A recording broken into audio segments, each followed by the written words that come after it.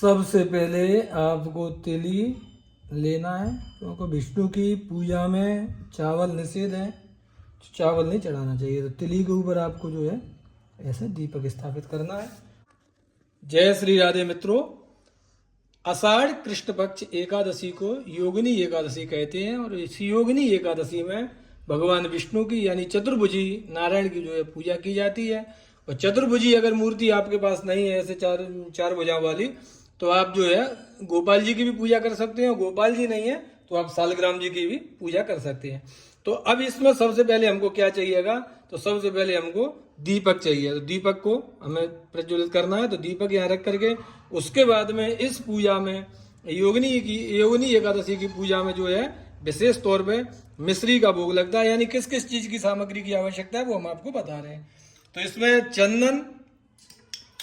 चंदन की भी आवश्यकता है, चंदन लेना है, मिश्री का भोग लगाना है, ऋतु फल आम वो आप चढ़ा सकते हैं, पंचामृत है आप उससे स्नान करा सकते हैं, दूध से अभिषेक कर सकते हैं, शंख इससे हमको पूजा कर जल चढ़ाना है, स्नान करना है, कलावा यज्ञोपवीत और तिली और पुष्प। तो ये सामान्य पूजा आपको किस प्रकार करना तो हम आपको ये बता रहे हैं। अब सबसे पहले आपको जिस पात्र में ठाकुर जी को स्नान कराना है उस पात्र में या तो आप उस देवता का बीज मंत्र लिख लो। अगर आपको बीज मंत्र नहीं आता है तो आप स्वस्तिक बना लें उसमें, साथिया सभी जानते हैं। और अगर साथिया भी आप नहीं बना सकते हैं तो अष्टदल कमल बना लें। तो यहाँ हमने जो है भगवान कृष्ण का बीज मंत्र क्लीम, तो हमने यहाँ बीज मंत्र लिखा है। अब इसके बाद में हम जो यहाँ विष्णु भगवान को विराजमान करेंगे। तो उससे पहले सबसे पहले आसन के लिए तिली देंगे। अब ये तिली देने के बाद में यहाँ जो है भगवान विष्णु को हमने विराजमान किया और यहाँ सालग्राम जी को भी हम विराजमान कर लेंगे। अब जल किस प्रकार से हमको जल लेना है, तो हमारे पास शंख है तो हम शंख से जो है स्नान करा रहे हैं। अगर आपके पास शंख हो तो आप बड़े विधि विधान से जो है शंख से स्नान कराएं। और शंख से अगर आप स्नान नहीं करा रहे हैं तो आप जो है शंख में जल भर लो। और शंख से अगर आप शंख नहीं है तो आपको किस प्रकार, तो सबसे पहले अब इस पूजा में हमको दीपक प्रज्वलित करना है। तो दीपक प्रज्वलित करने के बाद में ओम चंद्रमा मनसो जात चक्षो सूर्यो अजायत श्रोत्राद्वायुष्य प्राणस्य मुखा दग्निरजायत दीपम प्रज्वाल्य। ओम चंद्रमा मनसो जात चक्षो सूर्यो अजायत श्रोत्राद्वायुष्य प्राणस्य मुखा दग्निरजायत दीपस्तु देवताभ्यो नमः गंधक्षत पुष्पाणिं समर्पयामि। ओम चंद्रमा। अब जो है पृथ्वी पे भी आपको रोली चावल चढ़ाना है। ओम पृथ्वी तो या धृता लोका देवी तुम विष्णुना धृता तुम च धैर्य माम देवी पवित्रम कुरु चासनम। अब जो है अब स्नान कराना है। तो अगर आपको मंत्र नहीं आते तो आप इस प्रकार जो है गरुण घंटी बजाते हुए भगवान को स्नान कराएं। हरि ओम सहस्रशीरखा पुरुगा सहस्राक्षा सहस्रपाद भूमि गुं सर्वत पृथ्वा त्यतिष्ठति। 4 बार आपको जल से स्नान कराना है। पाद्योपाद्यम हस्तयो अर्घम मुखे आचमनियम सर्वांग स्नानियम जलम समर्पयामि। अब जो है पंचामृत आप इसमें शंख में जो है आप डाल करके स्नान करा सकते हैं और आप चाहें तो अलग से भी स्नान करा सकते हैं।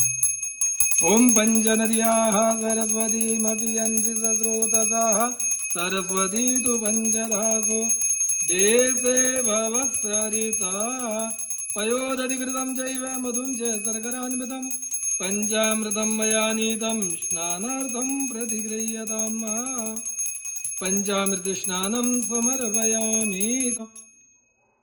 अब जो है आपको शुद्ध जल से स्नान कराना है, शंख से स्नान कराएं।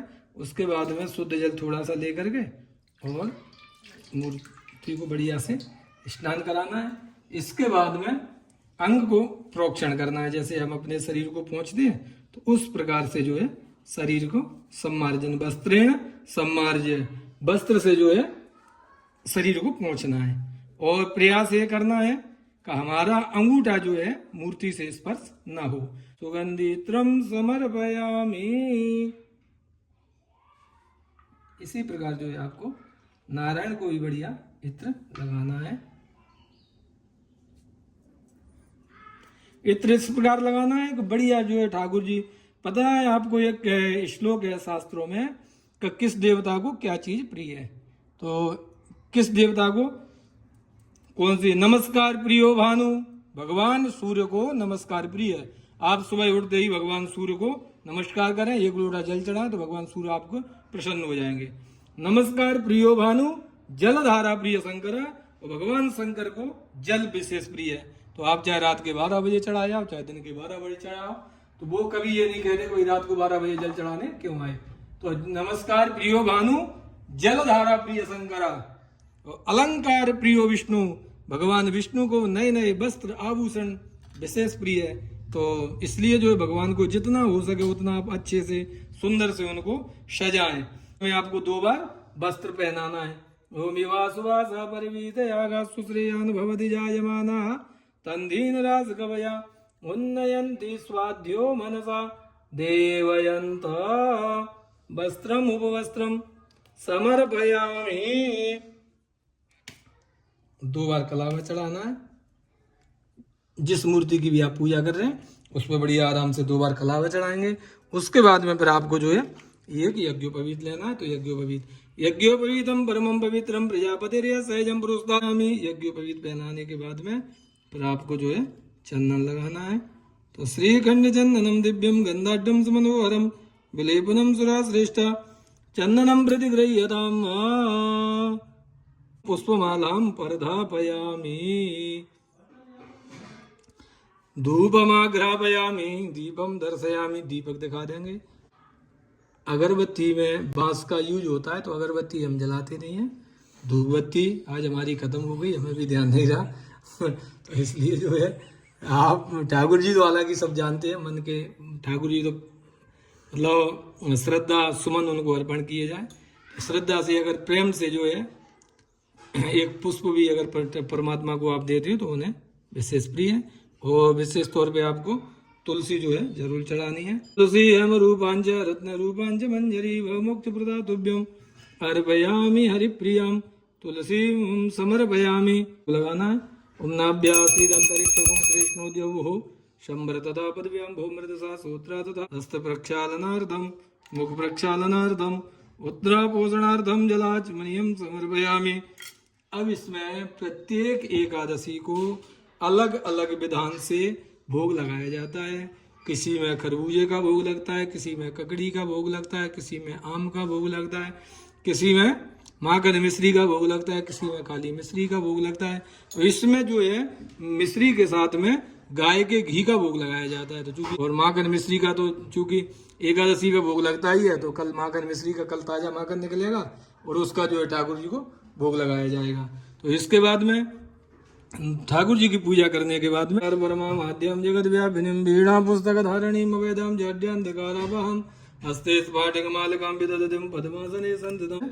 आपको हाथ में एक पुष्प लेना है, एक अच्छा सा पुष्प लेकर के, पुष्प नहीं हो तो पुष्प की पंखुड़ियाँ आप ले लें, और पुष्प की पंखुड़ियाँ ले करके योगिनी एकादशी की व्रत की कथा को पढ़ना है। कथा को पढ़ने के बाद में ये पुष्प जो है जब आपकी कथा पूर्ण हो जाए तो ये जो है पुष्प ठाकुर जी के चरणों में से अर्पण कर दो। और अर्पण करने के बाद में फिर जो है आपको आरती करनी है। अब तिली इसमें विशेष जो है 108 नामों से आप एक विशेष पूजन आप कर सकते हैं कि 108 अगर आपके पास में तुलसी के दल, क्योंकि इस समय तो ग्रीष्म ऋतु में तो तुलसी इतनी उपलब्ध नहीं हो पाती है, तो जिस ऋतु में अगर तुलसी आपके पास उपलब्ध हो तो गोपाल जी के 108 नाम 1008 नामों से आप तिल और तुलसी से अर्चन करते हैं। तो तिल का अर्चन तो शास्त्रों में ऐसा बताया गया है कि तिल दान का जो है, तो आप जैसे तिल का दान करते हैं तो वो जैसे आप बड़े बड़े मतलब पहाड़ों को मोती और ये हीरा मोतियों पन्नाओं से युक्त पहाड़ों का आप दान कर रहे हैं, इस प्रकार ऐसा शास्त्रों में उसका वर्णन मिलता है। तो शांति ही वनस्पतया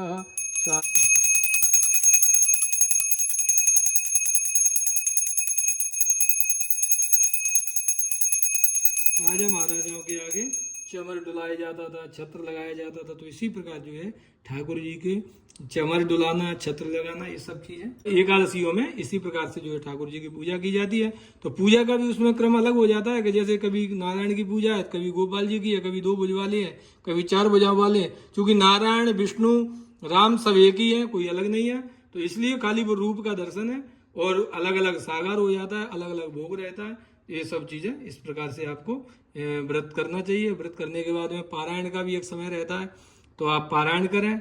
जागरण तो रात के 1 बजे तक जागरण, 2 बजे तक जागरण करना चाहिए, उसके बाद आप सो सकते हैं।